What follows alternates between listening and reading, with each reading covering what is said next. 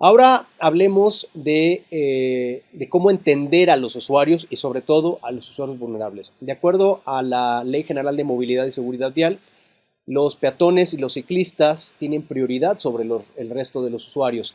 De todos modos, en la Organización Mundial de la Salud se establece también como usuarios vulnerables los motociclistas. No significa que tengamos que invertir favorablemente en motivar o facilitar la movilidad en motocicleta porque pues es al final demasiado insegura. Entonces tenemos que apostar a formas mucho más sustentables y seguras de hacerlo. Sin embargo, para efectos de salvar vidas sí que tenemos que considerar la presencia de los motociclistas para generar políticas públicas acordes a esta forma de movilidad en particular. Vamos a ver algunas acciones que podemos hacer, por ejemplo, con también los niños, que son considerados usuarios vulnerables por sus condiciones, y vamos a hablar de los jóvenes en particular, que también son un grupo de alta incidencia, sobre todo porque pues, están orillados a conducir como una forma pues, muy fácil de movilidad y estamos fallando como sociedad para no brindarles opciones que les permitan moverse sin tener que depender de un automóvil. Entonces, las cifras claramente de incidencia de jóvenes en accidentes graves, pues es sumamente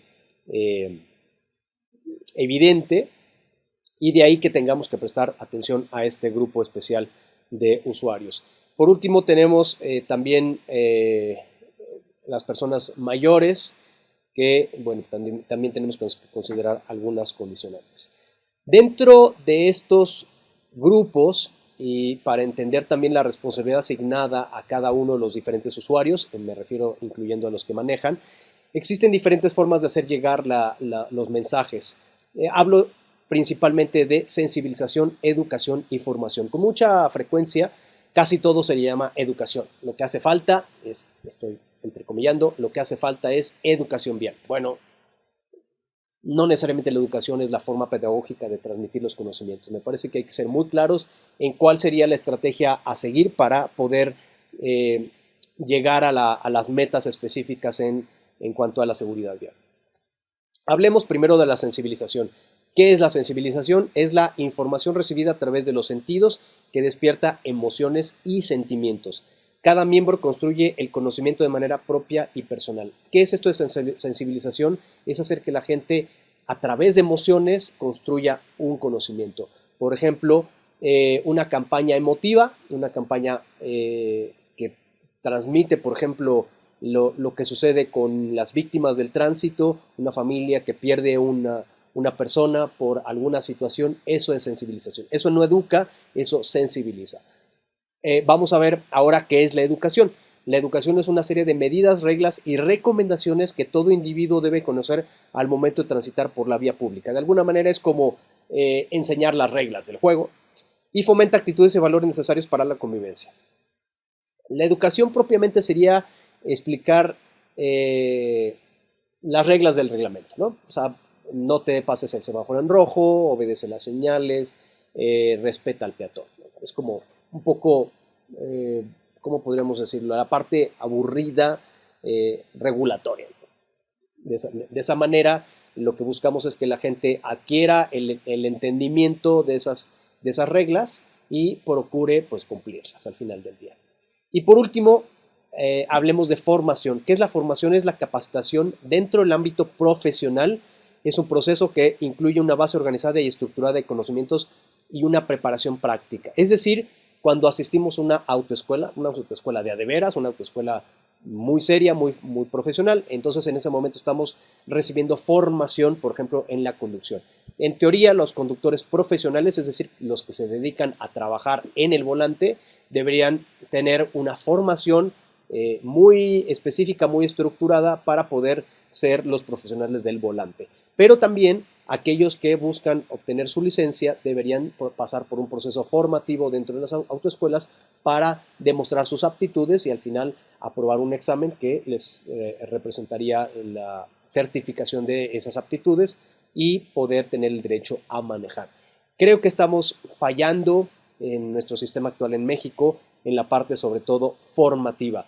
La parte que yo le dedicaría un poco menos o le daría menos importancia es este lugar común que llegamos a siempre mencionar, la educación. Y la parte de sensibilización me parece que también debe cobrar una mucho mayor relevancia. Y en esta gráfica quisiera explicar en los diferentes tipos de usuarios que están establecidos en la pirámide de vulnerabilidad. La pirámide de vulnerabilidad es la que establece en función de las estaturas, por ponerlo así, las estaturas del tipo de vehículo que se usa. Está en primer lugar el peatón, después el ciclista, después el motociclista, después el conductor de vehículos ligeros y después están pasajeros y carga.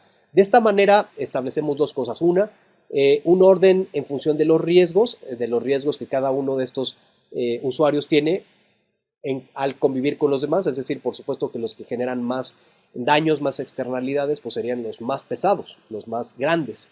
Y aquellos que tienen entonces menos condiciones favorables de protección, pues adquieren más derechos y aquellos que tienen mayores dimensiones y peso, pues adquirirán más responsabilidades. De esta manera, en esta pirámide de vulnerabilidad, también deberíamos asignar diferentes mensajes para poder generar usuarios, pues lo más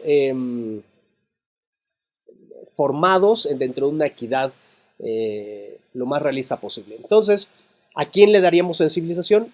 Pues básicamente a todas las personas, ¿no? De manera similar en cuanto a su relevancia, pero no con los mismos mensajes.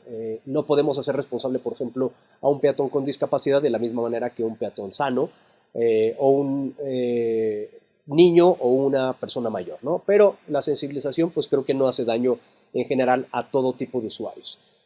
La educación, por su parte, me parece que se puede dar también a todo tipo de usuarios, pero con menor relevancia en función de apostarle mucho más a la formación. Y ahorita explico exactamente que al peatón lo podríamos educar más bien, más que a cumplir los preceptos regulatorios que están muy generalmente diseñados para favorecer al automóvil, más bien el ejercicio de sus derechos. Es decir, el peatón se debe asumir como una persona con derechos por encima de otros tipos de conductores o de usuarios, y exigir sus derechos, es decir, que se le respete para que no se le invadan las banquetas, para que se le ceda el paso, para que se le considere en cualquier circunstancia.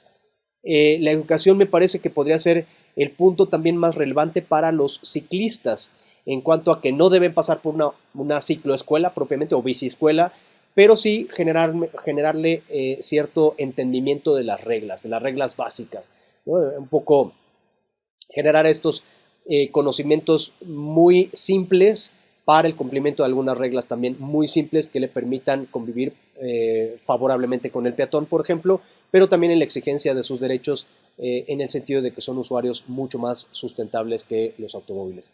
Y por último, la parte formativa, en donde ya empezamos a entender la participación de una autoescuela propiamente o una motoescuela, y en donde todos los motorizados deberían pasar por ahí. Todo conductor que maneje un vehículo motorizado debe participar dentro de procesos formativos sin duda alguna, y con mayor relevancia aquellos conductores, insisto, profesionales, los que se dedican a manejar. Y normalmente podríamos estar hablando de un conductor de taxi, de aplicaciones tipo Uber, Didi, etcétera, pero también conductores de ambulancia, de motos de reparto, de vehículos de transporte público, de transporte de carga y transporte escolar, por ejemplo. Todos ellos son conductores que se dedican a trabajar, que ganan dinero a través de su operación en el manubrio o en el volante, y de esa manera deberían aprobar una serie de formaciones sumamente rigurosas y demostrar que son aptos para trabajar al volante. Con este esquema quiero dejar muy claro cómo debemos construir diferentes metodologías pedagógicas para según el tipo de usuario que queramos incidir en él. Y no olvidar, por supuesto, que esta parte, sin embargo, dará relativamente pobres resultados en función de cómo existen las condiciones del sistema. Es decir, no apostemos a este componente en particular debido a que existe el error humano, y a pesar de que hagamos todos nuestros esfuerzos, la gente seguirá cometiendo errores, y lo importante es que todo el sistema funcione de manera que, aunque ocurren estos errores, como ya he dicho anteriormente, nadie pierde la vida o tenga lesiones graves que generen lesiones permanentes. Hablemos de los niños, que me parece un grupo muy interesante donde se pueden hacer cosas también de mucho valor, pero también se puede correr la tentación de incurrir en algunas actividades que no son necesariamente de utilidad ni para ellos ni para el sistema en su conjunto. ¿Cuáles son las condiciones de los niños? Pues básicamente, por supuesto depende de la edad, pero pueden tener baja estatura, pueden tener vista y oído en desarrollo, es decir, los más chiquitos no tienen la capacidad de tener un campo visual demasiado amplio, no pueden distinguir la proveniencia de los sonidos, no miden el riesgo. Los niños suelen ser pues muy impulsivos, y pueden, no sé, cruzar la calle sin fijarse, cosas así, y no podemos hacer nada para quitar esa impulsividad, por ejemplo. No perciben correctamente la velocidad tampoco, y como les decía, pues son impulsivos. ¿Qué contenidos sí deberíamos dedicarles a los niños específicamente, a diferencia del enfoque tradicional que busca enseñarles las reglas del tránsito? Y a ver, los niños, vamos a cruzar por donde están las cebras peatonales, en un espacio que además no se corresponde con la realidad. O sea, son pequeñas ciudades a escala que normalmente montan en los patios de las escuelas o están construidos a un lado de las oficinas de la policía de tránsito. Estos espacios pues no representan los riesgos reales. Entonces, apostar a enseñarles los riesgos reales me parece un punto de partida muy, muy, muy importante. Los roles reales que juegan los niños en el tránsito. Los niños no son conductores y la mayoría no van a ser conductores. Entonces es totalmente inútil e innecesario el generarles conocimientos para que ellos se asuman como conductores de un triciclo, de una bicicleta, cuando en realidad en un circuito como el que normalmente se plantea, pues así no funciona en la realidad. Los niños son peatones, son pasajeros y eventualmente pueden ser ciclistas, eso sí. Entonces sí puede hacer sentido, por ejemplo, hacer una bici escuela para niños para que aprendan no en un mundo irreal, sino en un mundo que represente la realidad y los ayude a convivir con los riesgos reales de la calle. Entonces los contenidos deben ser a los roles absolutamente reales de los niños, no en supuestos, no en expectativas de futuro que tampoco se van a cumplir. Es muy importante también el empoderamiento de los niños, es decir, entender que los niños, si se asumen como partícipes, ciudadanos partícipes de su comunidad, pueden, por ejemplo, denunciar y exigir cambios para que tengan caminos y accesos más seguros a la escuela. De tal manera que, como se ha hecho en otros países, el caso de España, particularmente Madrid y Barcelona, se han empezado a retirar los vehículos de los accesos a las escuelas, de tal manera que los niños tengan caminos mucho más limpios, seguros, amigables y más libres para ellos. Y entonces se mejora todo el entorno escolar y se reducen todos los riesgos, de manera que se le da prioridad a estos centros educativos para empezar a generar espacios pues de mucho mejor calidad de vida. Los contenidos además deben obedecer al desarrollo infantil de los niños. No es lo mismo trabajar con niños de preescolar, que realmente, si me preguntan, tiene poco sentido. Los niños de preescolar no son autónomos, no caminan solos, no van solos a la escuela, dependen mucho todavía de sus papás. Que no es lo mismo de primaria menor, trabajar con niños de 6, 7 años, no es lo mismo que niños de 11 o 12 años, que definitivamente ya son prácticamente adolescentes y que son pues, mucho más autónomos. Entonces los contenidos tienen que obedecer a diferentes condicionantes, pero siempre en función de la realidad, no de supuestos, no de modelos a escala, no de pues, creencias de futuro, sino más bien para resolver la movilidad de los niños al presente. Por parte de los jóvenes es importante entender cómo la edad juega un papel fundamental en los riesgos de los jóvenes. En esta gráfica ustedes pueden ver cómo en un estudio se analizó cómo empezar a manejar cuanto más tardíamente mejor. Es decir, si un joven empieza, aquí aparece a partir de los 18 años, pero en México sabemos que hay niños que empiezan, o jovencitos que empiezan a manejar a los 14 años, 15 años, y si ustedes jalan la tendencia de la curva hacia atrás, pues tendrán una mayor participación de número de accidentes por kilómetro, por millón de kilómetros recorridos por jóvenes, y podemos ver cómo la tendencia es mucho más a la baja cuanto más tarde una persona empieza a manejar. Eso tiene una explicación y es la madurez adquirida cerebral en el precórtex frontal, que es básicamente la parte donde se perciben los riesgos. Cuanto más tardíamente se empieza a manejar, la persona es más madura y en ese sentido entiende mejor los riesgos y asume conductas de menor riesgo. Esto se explica a través, como les digo, de esta inmadurez que se refleja en asumir más riesgos. Ojo también con esta, es una parte social en donde también los jóvenes, sobre todo hombres, buscan pertenecer y demostrar, de ahí que haya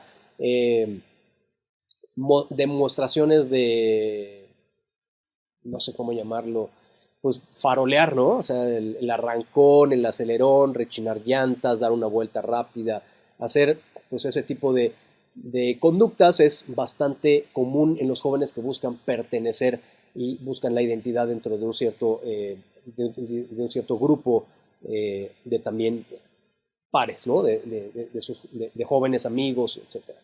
Y otro de los elementos que se suma a este, digamos, cóctel de riesgo es la falta de experiencia. Y esto tiene que ver con básicamente la cantidad de kilómetros pues, manejados, ¿no? Una persona que ha manejado mucho más tiempo, tiene mucho más experiencia que un novato y asume conductas de menor riesgo por las experiencias adquiridas a través de los años. De esta manera, un conductor, por ejemplo, profesional, tendría que tener al menos, si vemos aquí las cifras, al menos, por ejemplo, pues 25 años, ¿no? Para partir de ahí ya tener una curva mucho más contenida en cuanto a la cantidad de posibles accidentes que se puedan incurrir. Entonces, un conductor profesional no puede tener menos de 25 años, un conductor de tráiler, de autobús, de transporte público, de Didi, de Uber, no debería estar manejando de taxi con menos de 25 años. Claro, si esto le agregamos que la persona pudiera estar casada, que pudiera tener hijos, pues estamos hablando todavía de un conductor mucho más responsable. Ahora, ¿cómo vamos a trabajar con los jóvenes para sensibilizarlos? Pues solamente trabajar factores de riesgo principales. Con mucha frecuencia he visto campañas o proyectos en donde les explican 1000 cosas y al final es muy difícil poder medir qué tanto eso incida en una conducta real al volante. Es muy importante entonces concentrarse en los factores de riesgo principales. ¿Cuáles serían estos factores de riesgo principales? Pues la velocidad es el número 1. Yo pensaría que el alcohol es el número 2 por los consumos explosivos. Aquí quiero hacer una pequeña pausa y explicar la diferencia entre alcoholismo y consumo explosivo del alcohol. El alcoholismo es básicamente una enfermedad de dependencia del alcohol en donde el cuerpo a través de la química está necesitando esta sustancia que es el alcohol etílico para mantener cierto grado de afectación. Es una dependencia. Y por el otro lado está el consumo explosivo, que es mucho más común para efecto de relacionarlo con los accidentes de tránsito, al menos en México. El consumo explosivo es aquel que se da los fines de semana, especialmente jueves, viernes y sábado por la noche, en donde existe una gran cantidad de consumo, es decir, no hay un consumo habitual de lunes a viernes de pequeñas cantidades, sino que toda la concentración de alcohol se da en el fin de semana a través de reuniones sociales y entonces estos consumos explosivos pues derivan por supuesto en accidentes de tránsito. Entonces ese sería para mi gusto el alcohol, el segundo factor de riesgo. El tercero podría ser el no uso del cinturón de seguridad. Con mucha frecuencia los jóvenes no tienen el hábito de usar el cinturón de seguridad y es muy importante que lo porten tanto adelante como en el asiento trasero. No hay diferencia de uso. del cinturón de seguridad yendo en los asientos de adelante y en los asientos de atrás.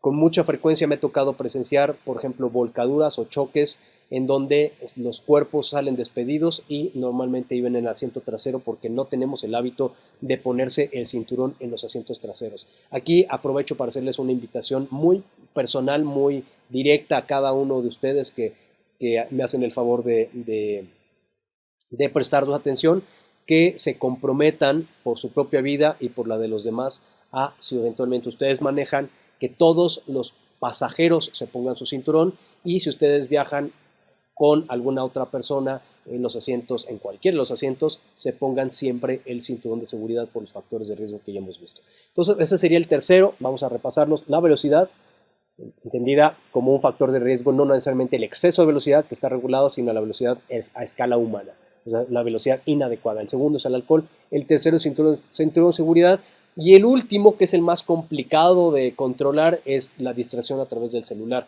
Hoy en día prácticamente es pues habitual que usemos el celular para poder llegar de un punto a otro de nuestros destinos, porque tenemos herramientas como Waze y Google Maps que nos facilitan precisamente llegar.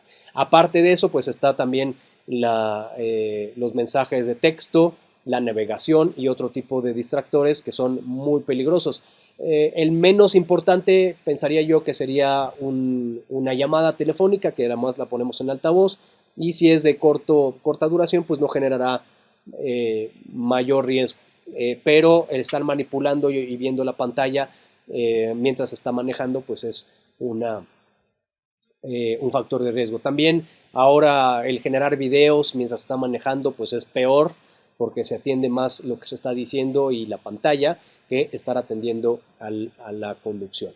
El proceso de sensibilización en jóvenes, según mi experiencia, y se las comparto, si es que ustedes eventualmente trabajaran de esta manera, sería a través primero de compartir los datos y los hechos, evidencias.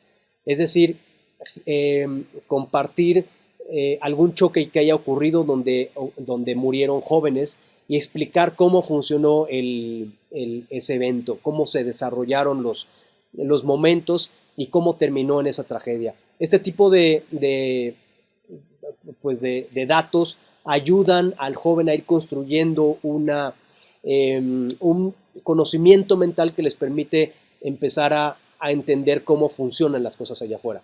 Es importante, en segundo término, explicar las causas, es decir, pues no solamente cómo ocurrió, sino cuáles fueron esos detonantes que llevaron en cada uno de los momentos hasta el trágico final. Es decir, si nos remontamos al modelo del queso suizo, ¿qué falló en cada momento para poder llegar justamente a las fatalidades?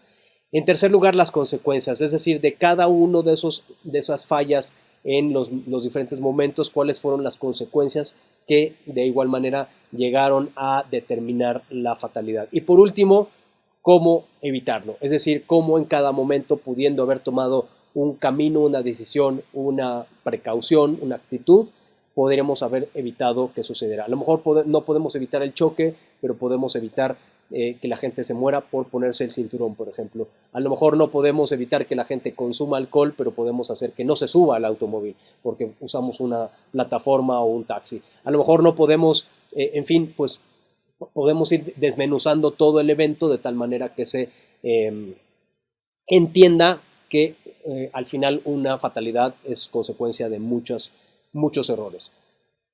Es muy importante entender también que si quisiéramos realmente tener un sistema que garantice la seguridad de los jóvenes, tendremos que estar hablando de un sistema de licencias graduales.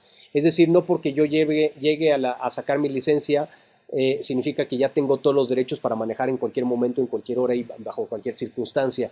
Muchos países tienen la experiencia de otorgar licencias que se denominan graduales.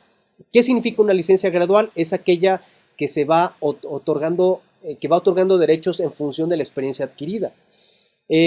Vamos a ver, por ejemplo, en esta tabla, se las voy a comentar, cómo a través de diferentes tipos de licencia otorgadas en los primeros años de aprendizaje podemos más o menos garantizar la construcción de experiencia de parte de los novatos para poder llegar finalmente a una licencia con características, digamos, normales, como la licencia que todos podríamos tener. La primera licencia sería, bueno, la primera restricción sería los menores de edad no deben tener un permiso para manejar. De acuerdo a las tendencias, de acuerdo a las gráficas, es absurdo que un menor de edad, que además no tiene tampoco responsabilidades legales como un adulto, esté sujeto al derecho de manejar cuando puede estar exponiendo al riesgo a muchos otros usuarios. Entonces, a mí me parecería que podríamos estar en el momento de discutir el retirar la posibilidad de empezar a manejar antes de la mayoría de edad. Vamos a hablar de la segunda columna, bueno, la tercera, que sería la primera licencia, es específicamente para aprender a manejar. Y sería para los mayores de 18 años de edad, y esa tendría una vigencia de 6 meses nada más, y el objetivo sería específicamente para aprender a conducir, es decir, para ir, me parece tan absurdo que para poder aprender a manejar tenemos que primero ir por la licencia y después aprender a manejar. Es tan contradictorio. Entonces, primero sacamos una licencia que nos permite aprender a manejar. Ya somos mayores de edad, tenemos entonces la posibilidad de atender a una autoescuela. La autoescuela debería ser certificada y entonces sí, con esa licencia yo tengo 6 meses para aprender a manejar. ¿Qué requisitos tendría? Pues aprobar un examen médico, es decir, a ver, puedes ver, para empezar, ¿no? Tienes cierta salud mental y tienes algunos conocimientos básicos, ¿no? Para poder llegar a la autoescuela. Y la restricción es que solamente para ir a asistir a aprender a manejar, es decir, yo no puedo salir a manejar cualquier vehículo, no puedo manejar mi vehículo propio o el que me presten, sino solamente aquel vehículo de autoescuela, aquel vehículo que está diseñado específicamente para ser acompañado por un instructor que tiene dobles pedales y que tiene una cierta rotulación y unas ciertas condiciones que son específicamente para aprender a manejar. Después de esos 6 meses, bueno, yo puedo simplemente terminar antes de esos 6 meses y busco sacar mi segunda licencia, que es la licencia de iniciación. La licencia de iniciación igualmente es para mayores de 18 años y tiene una vigencia de 3 años. La intención es ir adquiriendo experiencia al volante.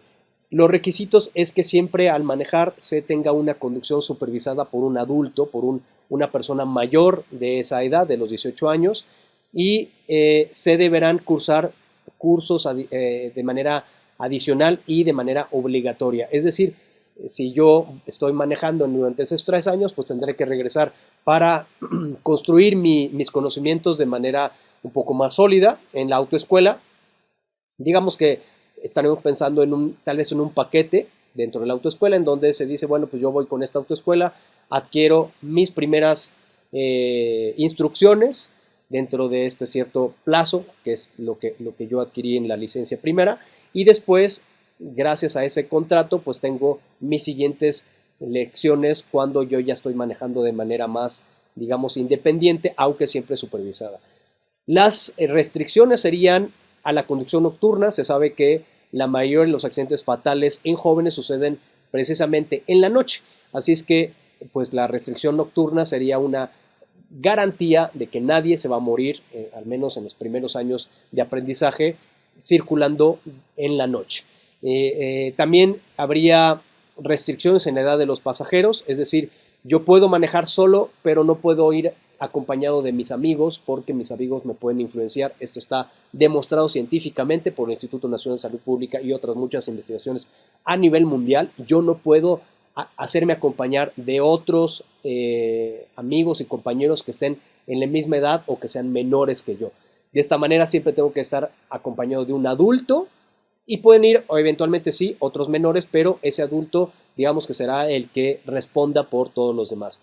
Y habrá 0 tolerancia al alcohol. Si yo manejo un vehículo en los primeros años, de 18 a 21, no puedo tener una sola gota de alcohol en mi sangre cuando yo maneje, y si me agarraran conduciendo con alguna presencia de alcohol, esa licencia debería ser retirada de manera automática y posiblemente ser sujeto a reexpedición de licencia un año después, a ver si así aprendo, ¿no?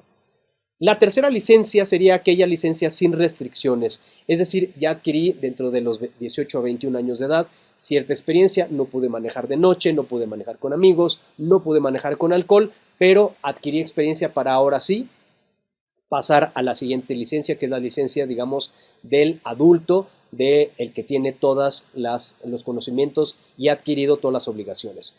Esta primera licencia, ya licencia, digamos, completa, tendría, como sucede hoy en día, vigencias de 4 años, pueden ser de 5 años, creo que ahí dependerá de cada entidad. Esta tercera licencia sería la licencia que certifique, ahora sí, aptitudes y experiencia, y estaría sujeta a una aprobación de cursos de la segunda fase. Es decir, ya pasé mi primera instrucción, que sería para la primera licencia, luego la segunda licencia tendría conocimientos adicionales, que fuera yo construyendo totalmente mi conocimiento, y para obtener esa siguiente licencia ya no tengo que tomar más cursos, simplemente tengo que demostrar a través de un último examen que ya adquirí completamente los conocimientos para poder manejar de noche en autopistas y eventualmente poder ser un conductor responsable que cuando consuma alcohol pues no vaya yo a manejar. Y por último, la licencia profesional, que esa sería, como ya les mencionaba en la lámina anterior, para mayores de 25 años y deberá certificar aptitudes y formación profesional específicamente y aprobar desde luego los cursos profesionales según el tipo de vehículo que yo vaya a manejar. Es decir, si yo voy a ser un conductor de Uber y de taxi, pues mi vehículo sobre el cual tendré que estudiar será un vehículo ligero, un turismo normal, como se les llaman en otros países, los vehículos, digamos, estándar. Pero si yo voy a ser un conductor profesional de una camioneta, de una ambulancia, de un autobús o de un camión, tendré que demostrar que aprendí en ese vehículo en particular lo necesario para poder ser un conductor profesional responsable y apto según el tipo de vehículo.